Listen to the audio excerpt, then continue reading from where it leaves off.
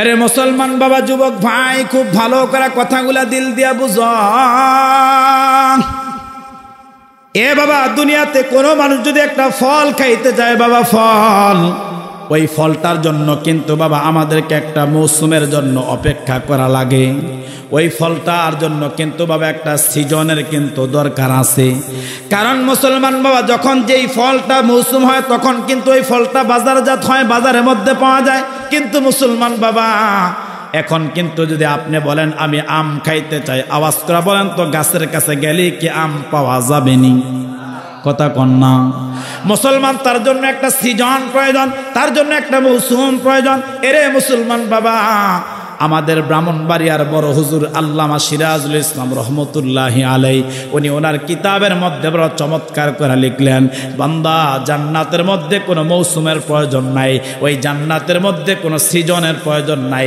বান্দা, শুধু কলজাটা দিয়ে একবার কল্পনা করবা, আর কল্পনা করতে দেরি হবে, আল্লাহ পাক তোমার দস্তরের মধ্যে হাজির করতে একটা সেকেন্ড আল্লাহ দেরি করবে না। যেমন মুসলমান ভাবে একটা ফলের ব্যাখ্যা আমি আপনাদেরকে শোনাই। এ বাবা, আমাদের ব্রাহ্মণবাড়িয়ার বড় হুজুর লিখলেন, আল্লাহ জি বললেন, ওয়ালাকুম ফিহা মা তাশতাহি আনফুসুকুম ওয়ালাকুম ফিহা মা তাদউন। বলে বাবা, একটা ফল যখন বান্দার খাইতে মনে চাইবে, ওই ফলটা বান্দার দস্তরের মধ্যে হাজির হয়ে যাবে। এক একটা ফলকে আল্লাহ পাক কেমন করে তৈরি করবে। এরে মুসলমান বাবা, জান্নাতের মধ্যে ধরেন একটা আম আপনার খাইতে মনে চাইলো, একটা আম, কোনো সিজনের দরকার নাই, ওই আমটা যখন আপনার সামনে আসবে, এরে মুসলমান বাবা, একটা আমের মধ্যে মহান রব্বে কারিম আল্লাহ এরকম 70টা ভাগ করবেন, 70টা টুকরা করবেন। এরে মুসলমান, এই 70টা টুকরার ভিতরে আবার 70 রকমের কালার হবে। বলে 70 রকমের কালারের মধ্যে কেমন মজাটা আল্লাহ দান করবে। আমাদের বড় হুজুর বড় চমৎকার করে লিখে, ওই 70টা টুকরার আমের মধ্যে আল্লাহ পাক রব্বুল আলামিন তার বান্দাগুলার জন্য আল্লাহ 72 রকমের মজা আল্লাহ দান করবে। আয় বুঝলেন না তো আপনারা, চিনলেন না কেমন রব পাইছে, কেমন এক মালিক পাইছে। আয় চিনলেন না, দুনিয়ার সব চিনলেন। আমি প্রত্যেকটা জায়গার ভিতরে ঘুরা এই কথাটা যদি আমি কলজা সিরা যদি আমি বুঝাইতে পারতাম আমার জাতিরে, যে কথার জন্য আমার দিলের মধ্যে কেমন ব্যথা আছে। দুনিয়ার সব চিনলাম, দুনিয়ার মা চিনলাম, বাবা চিনলাম, দুনিয়ার টাকা পয়সা চিনলাম, দুনিয়ার অর্থ সম্পদ চিনলাম, দুনিয়ার নেতা চিনলাম, রাজনীতি বুঝলাম। আরে কে পাঠাইলো, কোথায় ছিলাম, কই আসলাম, আবার কোথায় যাব, আমি আপনি সেই মালিককে চিনতে পারিনি। কথা কয় না? আমি আপনি সেই রব চিনতে পারি, কে পাঠাইল, কেমন এক রব পাঠাইছে আমার ভাই। এই জন্য আয়াতুল কুরসির মধ্যে আসছে যে কেমন রব আমাকে আপনাকে বানাইছে।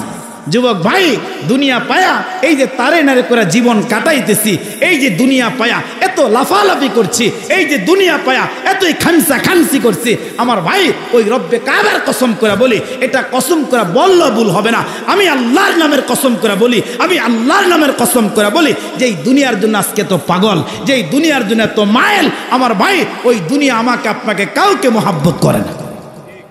দুনিয়া কাউরে মোহাব্বত করে না, দুনিয়া কাউরে জায়গা দেয় না, দুনিয়া কাউরে থাকতে দেয় না। আরে যারা দেখেন মোহাব্বত করছে, যারা আমাকে আপনাকে ভালোবাসতেছে, দেখেন আমার জন্য আপনার জন্য তো দেওয়ানা। আমি রব্বে কাবার কসম করে বলি, আপনি যতক্ষণ তাদের চাহিদা পুরা করতে পারবেন, আপনি যতক্ষণ দিতে পারবেন, ততক্ষণ তারা আপনাকে আমাকে মোহাব্বত করবে। দেওয়া শেষ, আর কেউ মোহাব্বত। আজকে মইরা যান, যদি আজকে আমিও মরে যাই, আমার বিবিটা এই কথা একবারও বলবে না, এটা আমি হলাপ করে বলতে পারবো। আমার বিবিটা এই কথা বলবে না, আরে আমার স্বামী এত মহাব্বত করছে, এত ভালোবাসছে, আমাকে এত আদরে রাখছে। আমার বিবি এটা বলবে না যে আমার স্বামী চলে গেছে 1 ঘন্টা ঘরের দামি খাটটার মধ্যে শোয়া রাখে। আমার বিবিটা এই কথা বলবে না, আমার সন্তান এটা বলবে না, আরে আমার আত্মীয় স্বজন কেউ বলবে না। এই জন্য আমার ভাই মনে করেন দুনিয়া মোহাব্বত করে, দুনিয়া ভালোবাসে, না না না, দুনিয়া কাউরে জায়গা দেয় না, দুনিয়া কাউরে থাকতে দেয় না। আরে এই দুনিয়া কত ক্ষমতাধরকে, আরে এই দুনিয়া কত ক্ষমতাধরকে, কত টাকাওয়ালাকে, কত বাড়িওয়ালাকে দুনিয়া লাথি মাইরা ওই বাগবাগানে কবরস্থানে 3.5 হাত মাটির নিচে কত টাকাওয়ালাকে রেজা রেজা করে দিস, করে দিস। দুনিয়া করেন দুনিয়া। এক সাহাবীর কথা মনে হয়ে গেছে, আল্লাহর নবী আলাইহিস সালাতু ওয়াস সালামের ওয়াফাতের পরে ইসলামের দ্বিতীয় খলিফা সানি ওমর ইবনুল খাত্তাব এক সাহাবীকে হিমসের গভর্নর করে পাঠাইছে, যার নাম সাঈদ ছিলেন। এই সাহাবীকে পাঠায়া দিছে। আর হিমস থেকে কিছু মানুষ আইসা হযরত ওমরের কাছে আইসা বলে, ওমর, আমাদের হেমসের ভিতরে মানুষ তো গরিবের সংখ্যা বেশি, আর গরিবের হালতের কারণে অনেক মানুষ না খেয়ে কষ্ট পায়। হে ওমর, যদি আমাদের জন্য এরকম রাষ্ট্রীয় কোষাগার থেকে কিছু খাদ্যের ব্যবস্থা করতেন অনেক ভালো হয়ে যেত। মুসলমান, কথা ভালো করে বুঝেন, দুনিয়া কামাই করছেন, দুনিয়ার জন্য তো পারাপারি করছেন। আরে আজকে মরে গেলে কেউ আমাকে আপনাকে 1 ঘন্টা ঘরে রাখবে না, 1 ঘন্টা কেউ রাখবে না। আমার ভাই, ওই সাহাবী যাকে হিমসের গভর্নর করে পাঠাইছে, তার নাম ছিল সাঈদ, হযরত সাঈদ রাদিয়াল্লাহু তাআলা আনহু।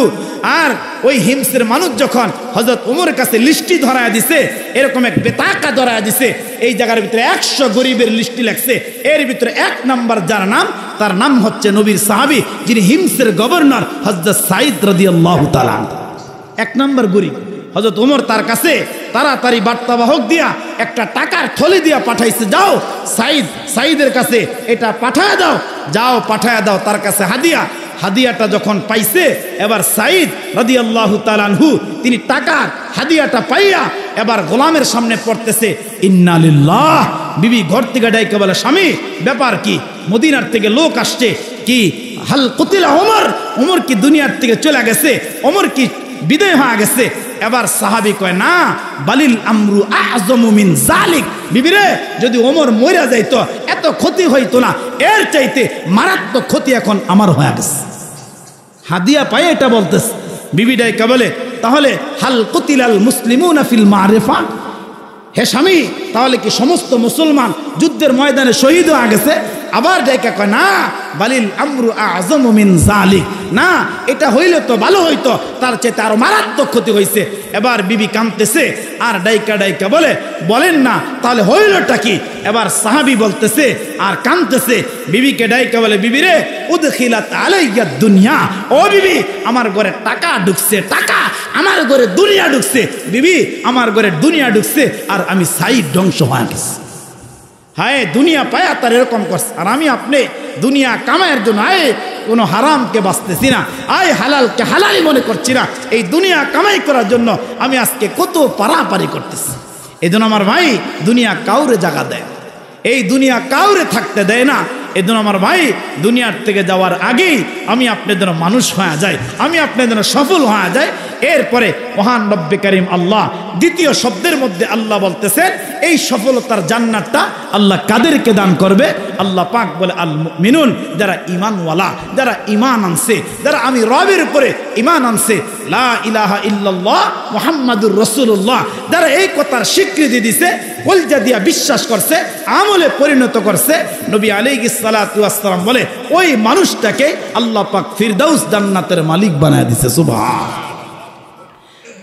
আরে মুসলমান বাবা, খুব ভালো করে কথাগুলা দিল দিয়া বুঝবেন। বাবা, দ্বিতীয় পয়েন্টের মধ্যে কিন্তু আমাদেরকে ঈমান শিক্ষা করার কথা কিন্তু নবী আলাইহিস সালাম বললেন। আরে মুসলমান বাবা, এখন তো আমাদের জানা দরকার আসলে ঈমানওয়ালা কারা। আমরা সবাই তো বাবা আমাদের নিজেদেরকে ঈমানওয়ালা বলে দাবি করতেছি, আমরা সবাই তো আমাদের নিজেদেরকে বাবা মুমিন বলে দাবি করতেছি। এরে মুসলমান বাবা, শুধু জবানে বললে হবে না আমি মুমিন, শুধু জবানের মধ্যে বললে হবে না আমি ঈমানওয়ালা। এরে মুসলমান বাবা, হযরত জিবরাইল আমিন শিক্ষা দিলেন। নবী আলাইহিস সালাতু ওয়াস সালাম বললেন, হাদিসে জিবরাইলের মধ্যে আসছে, আল্লাহর পয়গম্বর আলাইহিস সালাতু ওয়াস সালাম বলেন, জিবরাইল আমিন প্রশ্ন করলেন, ওগো আল্লাহর পয়গম্বর, আপনার কাছে জানতে চাই, আপনি আমাকে জানান, বলেন ঈমানওয়ালা কারা? আমি কোন গুণে গুণান্বিত হলে আমি চিনতে পারবো মানুষটা ঈমানওয়ালা? এবার নবী আলাইহিস সালাতু ওয়াস সালাম শিখাইলেন, এরে জিবরাইল, শোনো শোনো, এই 6টা মৌলিক বিষয়ের কথা পয়গম্বর বললেন। এই 6টা বিষয় যার মধ্যে পাওয়া যাবে, এই 6টা গুণ যার মধ্যে পাওয়া যাবে, এই 6টা কোয়ালিটি যার মধ্যে পাওয়া যাবে, এই 6টা সিফত যার মধ্যে পাওয়া যাবে, আল্লাহর পয়গম্বর আলাইহিস সালাতু ওয়াস সালাম বলে ওই মানুষটাই হবে আমি আল্লাহর আদালতে মুমিন, ওই মানুষটাই হবে আমার আল্লাহর আদালতে মুমিন। আর এই সার্টিফিকেট নিয়ে যে মানুষটা এই 7টা গুণে গুণান্বিত হবে, এই 7টা কোয়ালিটি সম্পূর্ণ হবে, আল্লাহ পাক ওই মানুষটার জন্য জান্নাতুল ফেরদাউস আল্লাহ বানায় রাখছে। এবার আসেন সংক্ষিপ্ত ভাবে শুধু এই 6টা মৌলিক কারণ বইলা এরপর শুধু আয়াতের তরজমাগুলা বলেই আমরা ইনশাআল্লাহ মুনাজাতের দিকে যাব। আল্লাহর নবী আলাইহিস সালাতু ওয়াস সালাম কোন 6টা বলেন, ভালো করে কথা বুঝবেন আর দিল দিয়ে মিলাইবেন। আসলে এই 6টা কারণ, এই 6টা মৌলিক বিষয় আসলে আমার কলজার মধ্যে আছে। 1 নম্বরে নবী আলাইহিস সালাতু ওয়াস সালাম বলেন আন তুমিনা বিল্লাহ। 1 নম্বরে আল্লাহর উপর বিশ্বাস স্থাপন করা। আচ্ছা বলেন তো আমাদের রব একজন আছে না নাই? কথা বলেন না, আছে না নাই? আমাদের রবের নাম কি? বলেন না জোরে, নাম কি? আল্লাহ। কেমন এক রব পাইছে? এই যে আল্লাহ বলছেন না, রশিদ আহমদ গঙ্গুহি রহমতুল্লাহি আলাই উনি ওনার কিতাবের মধ্যে লেখছে কেউ যদি এই দুনিয়ায় থাইকা মহাব্বত আর প্রেম আর ভালোবাসা নিয়ে একবার যদি আল্লাহরা ডাক দেয়, আল্লাহ একবার ডাক দেয়, রশিদ আহমদ গঙ্গুহি রহমতুল্লাহ আলাই উনি ওনার মালফুজাতের মধ্যে লেখছে একবার আল্লাহকে আল্লাহ বলে ডাক দেওয়ার কারণে সাথে সাথে আল্লাহ ওই মানুষটার নামকে আল্লাহ পাক তার জান্নাতের দফতরের মধ্যে উঠায় দেয়। সুবহানাল্লাহ। একবার বলছেন আল্লাহ।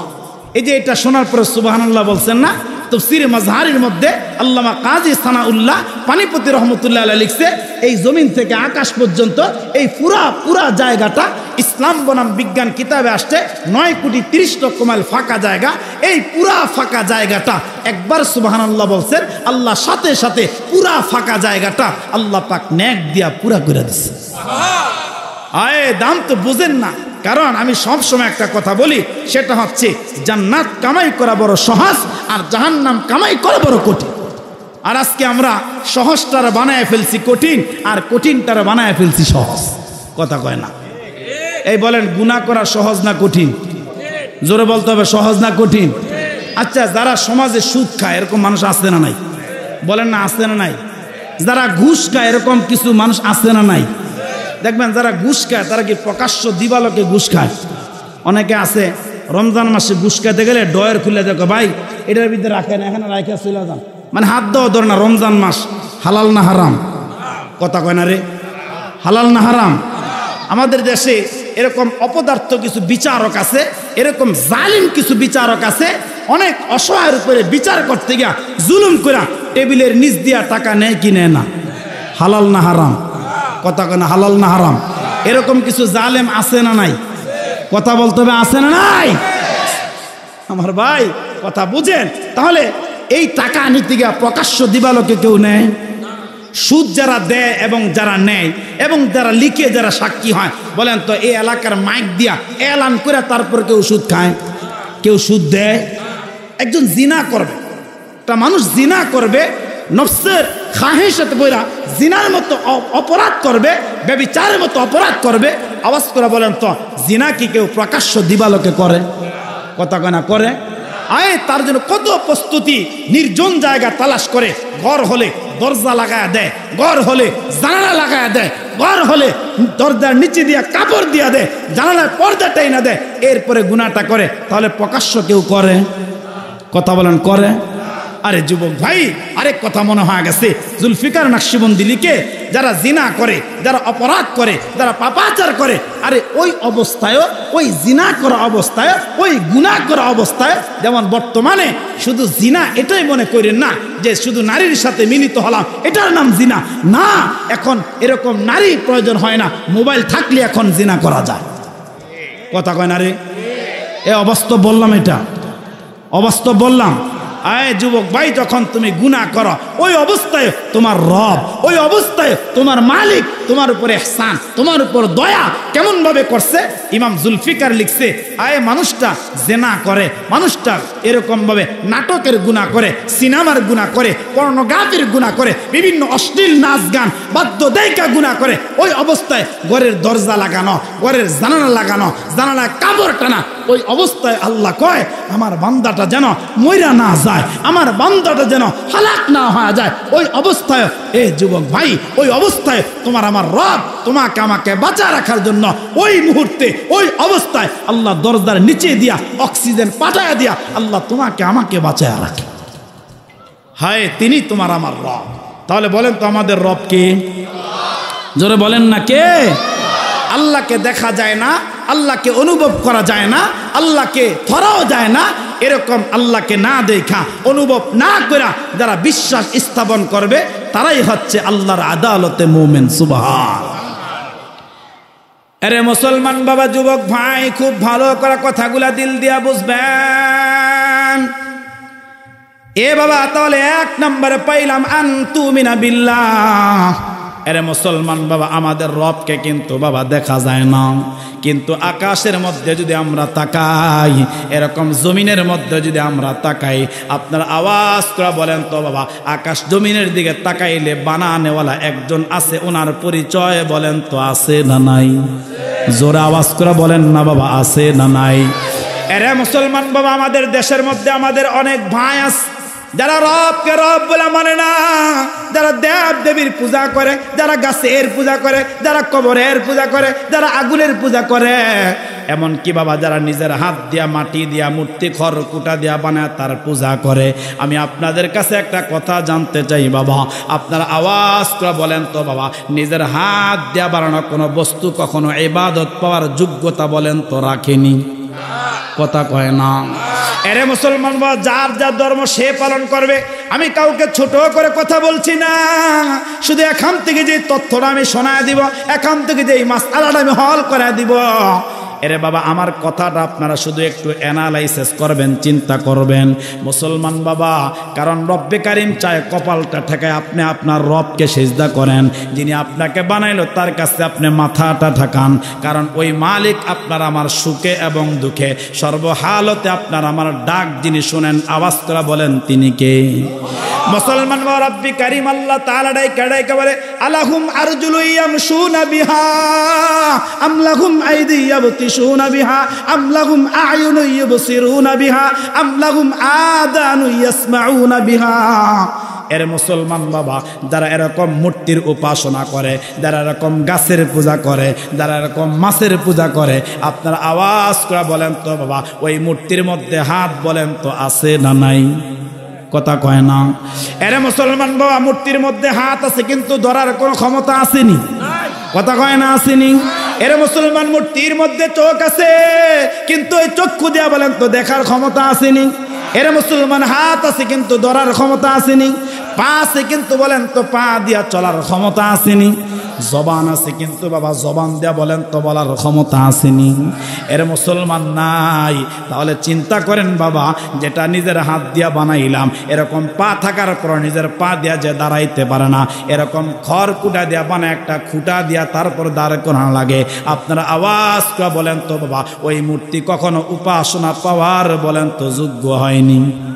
কথা কয় না। তাহলে মুসলমান বলেন তো কপাল একমাত্র ঠেকাইব কার কাছে? আওয়াজ করে বলেন না বাবা, কার কাছে? মহান রব্বে কারিম এই কথাটা পয়গম্বর বলেন, এক নম্বরে আনতুমিনা বিল্লাহ। আরে তুমি তোমার রবকে বিশ্বাস করবা। একজন বানানোওয়ালা আছে, ওই আসমান যিনি বানাইলেন, এই জমিনটা যিনি বানাইলেন, আল্লাহ পাক বলেন আল্লাযী খালাকা সাবআ সামাওয়াতিন তিবাকা। আল্লাহ ৭-৪টা আসমান বানাইলেন, আল্লাহ ৭-৭টা জমিন বানাইলেন। আল্লাহ জমিনটা বানায় বান্দাকে ডাইকা কয়, আলাম নাজআলিল আরদা কিফাতা। ও বান্দা, জমিনটা তোর জন্য বিছনা বানায় দিলাম। এরে বান্দা, জমিনটার মধ্যে চলাফেরা কর। এরে বান্দা, জমিনটার মধ্যে ঘুমা। এরে বান্দা, জমিনটার মধ্যে বস। এরে বান্দা, জমিনটার মধ্যে শো। এরে মুসলমান বাবা, এই জমিনের মধ্যে আমি আপনি ফসল ফলাই একটা, জমিনের মধ্যে ধান লাগাই একটা। আপনার আওয়াজ করে বলেন তো বাবা, ওই একটা ধানের গোছা থেকে 1000টা ধানের ব্যবস্থা যিনি করেন তিনি কে? তাহলে জমিনের মধ্যে তাকাইলো, একজন বানানোওয়ালা আছে, একজন রব আছে, আওয়াজ করে বলেন তিনি কে? আল্লাহ। তাহলে এক নম্বর, কথা লম্বা করছি না, এক নম্বরে নবী আলাইহিস সালাতু ওয়াস সালাম বলেন আনতুমিনা বিল্লাহ, এক নম্বর আল্লাহর উপরে বিশ্বাস স্থাপন দ্বারা করবে, রব একজন আছে এটা দ্বারা বিশ্বাস করবে। আরে পরিচয় দিলে তো কথা লম্বা হয়। হাত বানাইছেন আল্লাহ, পরিচয় আছে।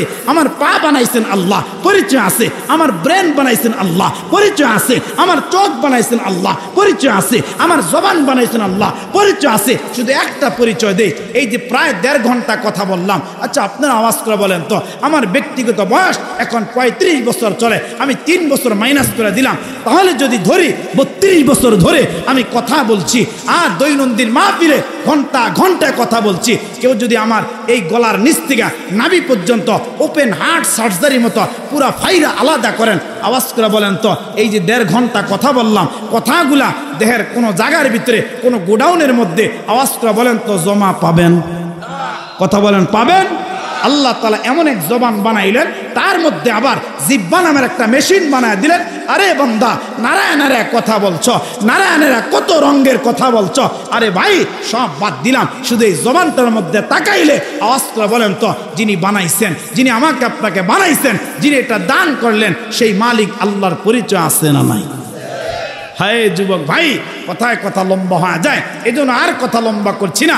1 নম্বরে নবী আলাইহিস সালাতু ওয়াস সালাম বলেন, আনতুমিনা বিল্লাহ, ও বান্দা আল্লাহর উপর বিশ্বাস স্থাপন দ্বারা করে, মালিক একজন আছে বিশ্বাস স্থাপন দ্বারা করে, নবী আলাইহিস সালাম বলে তারাই হচ্ছে আল্লাহর আদালতে মুমিন। সুবহানাল্লাহ। আরে মুসলমান বাবা, খুব ভালো করে কথাগুলা দিল দিয়া বুঝবেন। এ বাবা, তাহলে 1 নম্বরে আনতুমিনা বিল্লাহ, 1 নম্বরে আল্লাহর উপর বিশ্বাস স্থাপন করার নাম হলো বাবা ঈমান। 2 নম্বরে আল্লাহর পয়গম্বর আলাইহিস সালাতু ওয়াস সালাম বলেন ওয়া মালাইকাতিহি। এরে মুসলমান বাবা, রব্বি কারীমের বানানো সমস্ত ফেরেশতাদের প্রতি ঈমান আনা, এটা বিশ্বাস করা ফেরেশতারা আল্লাহ পাকের এক অপূর্ব সৃষ্টি। ফেরেশতাদেরকে আল্লাহ তাআলা নূর দ্বারা বানাইলেন বাবা, তাদের কোনো পানাহার নাই, তাদের কোনো খাওয়া দাওয়া নাই। এই কথার উপরে যারা বিশ্বাস স্থাপন করবে পয়গম্বর, তারাই হলো আল্লাহর আদালতে মুমিন। সুবহানাল্লাহ। এরে মুসলমান বাবা, তাহলে 1 নম্বরে পাইলাম আনতুমিনা বিল্লাহ, 2 নম্বরে পাইলাম ওয়া মালাইকাতিহি, 3 নম্বরে নবী আলাইহিস সালাতু ওয়াস সালাম বলেন ওয়া কুতুবিহি। এরে মুসলমান বাবা, আল্লাহ পাক রব্বুল আলামিন পয়গম্বর আদম থেকে নিয়ে আমার আপনার পয়গম্বর পর্যন্ত আল্লাহ পাক যতগুলা কিতাবকে অবতীর্ণ করলেন, আল্লাহ পাক যতগুলা কিতাবকে নাজিল করলেন, তার মধ্যে বড় বড় 4টা কিতাব। 1 নম্বরে তাওরাত, 2 নম্বর জবুর, 3 নম্বর ইনজিল, 4 নম্বরে কোরআন। নবী আলাইহিস সালাতু ওয়াস সালাম বলেন ওয়া কুতুবিহি, আল্লাহ তাআলার প্রেরিত সমস্ত কিতাবের উপরে যারা বিশ্বাস স্থাপন করে, আল্লাহ তাআলার প্রেরিত সমস্ত কিতাবের উপর যারা এরকম বিশ্বাস স্থাপন করবে, নবী আলাইহিস সালাতু ওয়াস সালাম বলে ওই মানুষগুলাই হলো আল্লাহর আদালতে মুমিন। 3 নম্বর পাইলাম ওয়া কুতুবিহি। 4 নম্বরে নবী আলাইহিস সালাতু ওয়াস সালাম বলেন ওয়া রুসুলিহি, আল্লাহর প্রেরিত সমস্ত নবী আলাইহিস সালাতু ওয়াস সালাম যাদেরকে আল্লাহ মনোনীত কইরা এই দুনিয়া পাঠাইছে, আল্লাহ তাআলা মিশন দিয়া পাঠাইছে যে হে নবীরা, আপনি আপনার জাতির কাছে, আপনি আপনার কওমের কাছে, আপনি আপনার গোত্রের কাছে যান আর তাদেরকে বলেন কুলু লা ইলাহা ইল্লাল্লাহ। এই মিশন দিয়া নবীদেরকে পাঠাইলেন। এই মিশনকে বাস্তবায়ন করার জন্য নবী আলাইহিস সালাতু ওয়াস সালামরা মেহনত করেছেন, রক্তাক্ত হয়েছেন, পাথরের আঘাত খেয়েছেন, পাগল গালি শুনেছেন। নবী আলাইহিস সালাম বলেন ওয়া রুসুলিহি, আল্লাহর সমস্ত নবী আলাইহিস সালাতু ওয়াস সালামরা সত্য এবং আখিরি পয়গম্বর। আমার আপনার নবী মুহাম্মদুর রাসূলুল্লাহ সর্বশ্রেষ্ঠ এবং সর্বশেষ। এই কথার উপরে যারা বিশ্বাস স্থাপন করবে তারাই হচ্ছে আল্লাহর আদালতে মুমিন। সুবহানাল্লাহ। আরে মুসলমান বাবা, খুব ভালো করে বুঝবেন। 5 নম্বর নবী আলাইহিস সালাতু ওয়াস সালাম বললেন ওয়াল ইয়াউমিল আখির। আরে মুসলমান বাবা, আপনার আওয়াজ করে বলেন তো বাবা, এই দুনিয়ার পরে আমাদের আখিরাতের একটা জীবন বলেন তো আছে না নাই? এই আছে, বড় লম্বা জীবন। আল্লাহ যে আখিরাত সম্পর্কে বলছেন খালিদিনা ফিহা আবাদা, একবার শুরু হবে আর শেষ হবে, অনেক লম্বা চূড়া জীবন। তবে আমার ভাই, এই দুনিয়ার হায়াত কতটুকু লম্বা আর দুনিয়ার তুলনায় আখিরাতের হায়াত কতটুকু লম্বা, এটা বুঝাইতে গেলে ইমাম তিরমিজির একটা হাদিস আপনাদের মাঝে বলা দরকার, কারণ আমরা যারা আজকে দুনিয়ার প্রতি মাইল, দুনিয়ার প্রতি পাগল, আমাদের এটা শোনা দরকার। নবী আলাইহিস সালাতু ওয়াস সালাম একবার সাহাবায়ে কেরামকে নিয়ে মসজিদ নববীতে আল্লাহর নবী বয়ান করতেছে। হঠাৎ করে এক সাহাবী প্রশ্ন করলেন, হে আল্লাহর রাসূল, আমাদেরকে একটু আপনি শোনান না, এই দুনিয়ার তুলনায় আখিরাতের হায়াতটা কেমন লম্বা, আর আখিরাতের তুলনায় এই দুনিয়ার হায়াতটা কেমন লম্বা। আল্লাহর পয়গম্বর আলাইহিস সালাতু ওয়াস সালাম এক সাহাবীকে ডেকে বললেন, যাও হুজরাতে চলে যাও, আর হুজরাতে গিয়া আমার বিবি আয়েশাকে বলো হুজরাত থেকে যে একটা পানির মস্ক যেন আমার কাছে দেয়, পাত্র যেন দেয়। তো রাসূলুল্লাহর কাছে একটা পানির পাত্র এনে দিস সাহাবী। নবী আলাইহিস সালাতু ওয়াস সালাম এই পানির পাত্রটা নিজের কাছে রাইখা আল্লাহর পয়গম্বর আস্তিনকে জামার হাতাকে এইভাবে বটলেন। আচ্ছা আপনারা বলেন তো, আমাদের এই পৃথিবীর ভিতরে আটলান্টিক মহাসাগর আছে না নাই? প্রশান্ত সাগর আছে না নাই? বঙ্গোপসাগর আছে না নাই? আমি গত সপ্তাহে 3 দিন বঙ্গোপসাগরের একেবারে মাঝখানে ছিলাম। চতুর্দিকে বঙ্গোপসাগর, মাঝখানে দ্বীপ, তার নাম সন্দ্বীপ। ওখানে ছিলাম 3 দিন। আমার ভাই, যে এই সন্দ্বীপ যেতে হলে চিটগং, যে কুমিরা যে ঘাট, ওখান থেকে স্পিড বোটে প্রায় 30 মিনিট সময় লাগে। এত বড় বঙ্গোপসাগরটা। আমি যখনই প্রতি বছর তো যাই, যখনই এই বঙ্গোপসাগরটা অথবা কক্সবাজার যাই, তখন আমার এই হাদিসটা বারবার মনে পড়ে। আল্লাহ জি বলছে, হ্যাঁ নবী আলাইহিস সালাতু ওয়াস সালাম জি বলছে হাদিসে, আসলে এই বঙ্গোপসাগর নিয়ে রাসূলুল্লাহ কেমন এক উপমা দিল। তো রাসূলুল্লাহ হাত বটলেন এরকম, এই 3 আঙ্গুল আর বৃদ্ধা আঙ্গুলকে বইটা শাহাদাত আঙ্গুল খাড়া করলেন। রাসূলুল্লাহ এইভাবে বাঁকা কইরা ওই পানির পাত্রের মধ্যে চুবাইলেন, সাহাবীদেরকে দেখাইতে চুবাইলেন, আঙ্গুল উঠায় বলে, সাহাবীরা বলো না আমার আঙ্গুলের মাথায় কয় টন পানি উঠছে। আপনারা বলেন, চুবাইলাম উঠাইলাম কয় টন পানি উঠছে? 1 টন উঠছে নি? কথা কন নাকে? 1 টন উঠছে? 1 জগ, 1 গ্লাস, তাহলে 1 ফুটা অথবা 1.5 ফুটা। নবী আলাইহিস সালাতু ওয়াস সালাম হাত চুবাইলেন, উঠাইলেন, সাহাবায়ে কেরামকে বললেন, সাহাবীরা 1 টনও উঠে নাই, 1 ক্লসও হয় নাই, 1 মস্ক হয় নাই, 1 জগও হয় নাই, 1 গ্লাসও হয় নাই। সাহাবীরা শোনো, আঙ্গুলের মাথায় যেই পরিমাণ পানি আসছে, এটা হচ্ছে দুনিয়ার হায়াত, আর গোটা আটলান্টিক মহাসাগরটা এটা হচ্ছে আমার আল্লাহর বানানো আখিরাতের হায়াত। আল্লাহু আকবার। তাহলে বুঝেন আখিরাতের তুলনায় দুনিয়ার হায়াতটা কত ছোট, আখিরাতের তুলনায় দুনিয়ার হায়াতটা কত নগণ্য। 1 ফুটা দুনিয়ার হায়াত, আর গোটা আটলান্টিক মহাসাগরটা, গোটা প্রশান্ত সাগরটা, গোটা বঙ্গোপসাগরটা, এটা হচ্ছে আল্লাহর বানানো আখিরাতের হায়াত। তাহলে আমার ভাই, এই আখিরাতের একটা লম্বা চূড়া জিন্দেগি আছে, এটা বিশ্বাস আমাদের আসেনি? কথা কন না, আসেনি? রাসূলুল্লাহ বলে, এই আখিরাতের উপরে যারা ঈমান আনবে, বিশ্বাস করবে, পরকালের ঘাটি আছে, মিজান আছে, ফুলসিরাত আছে, আল্লাহর কাঠগড়ায় আমাদেরকে দাঁড়াতে হবে, এটা যারা বিশ্বাস করে, নবী আলাইহিস সালাতু ওয়াস সালাম বলে, ওই মানুষগুলাই আল্লাহর আদালতে প্রকৃত মুমিন। সুবহান।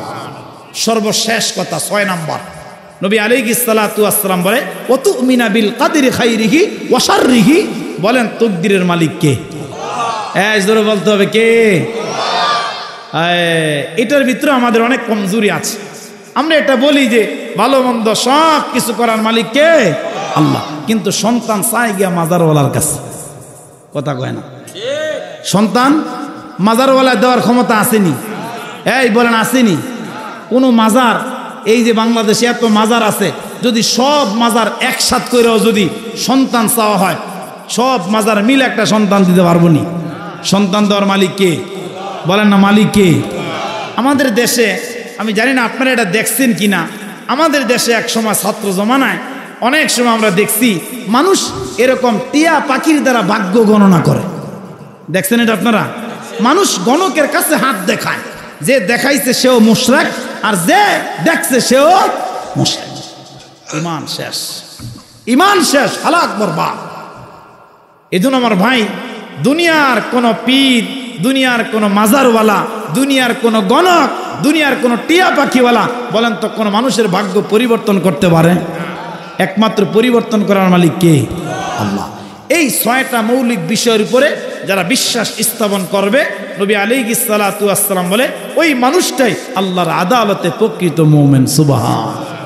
এবার আসেন শুধু আয়াতের তরজমাগুলো আপনাদের শোনাই, এরপর আমরা মসজিদের কিছু তাকাজা আছে, এরপরে মুনাজাত করব। মহান রব্বে কারিম আল্লাহ বড় চমৎকার করে বলতেছে, সফল মুমিন তারা, বলে কারা? এক নম্বরে আল্লাহ বলেন আল্লাযীনা হুম ফি সালাতিহিম খাশিউন, সফল মুমিন তারা বিনয় এবং নম্রতার সাথে নামাজকে আদায় করে যারা। সুবহানাল্লাহ জোরে কর।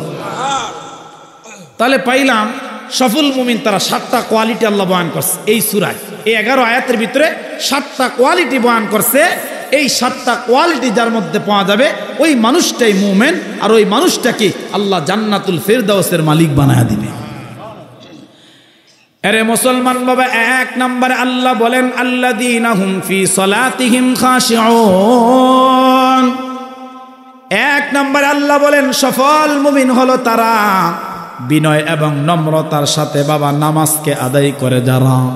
এর মুসলমান বাবা, আপনার এখানে যারা আছেন আওয়াজ করে বলেন তো, আমরা সবাই 5 ওয়াক্ত নামাজ বিনয়ের সাথে বলেন তো আদায় করিনি? কথা কয় না? এখানে অনেক মানুষ আজকে আলোচনা শুনতেছেন যারা এশারের নামাজটা পড়েন নাই।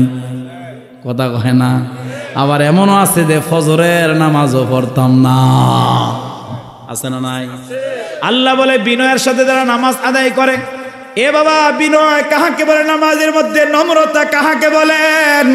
নবী আলাইহিস সালাতু ওয়াস সালাম বড় চমৎকার করে বললেন, আল্লাহর পয়গম্বর আলাইহির রহমা বলেন, যারা নামাজের মধ্যে তাদের মনটাকে স্থির রাখে, যারা নামাজের মধ্যে তাদের অঙ্গ প্রত্যঙ্গগুলাকে স্থির রাখে এবং নামাজটাকে একাগ্র চিত্তে যারা আদায় করে, ওই মানুষটার নামাজটাই হলো বিনয়ীদের নামাজ। ওই মানুষটার নামাজ হলো সাহাবায়ে কেরামের নামাজ। ওই মানুষটার নামাজ হলো আমি পয়গম্বরের নামাজ। আর এই নামাজটা দিয়া বান্দা পাক আমি আল্লাহর জান্নাত পাওয়া যাবে।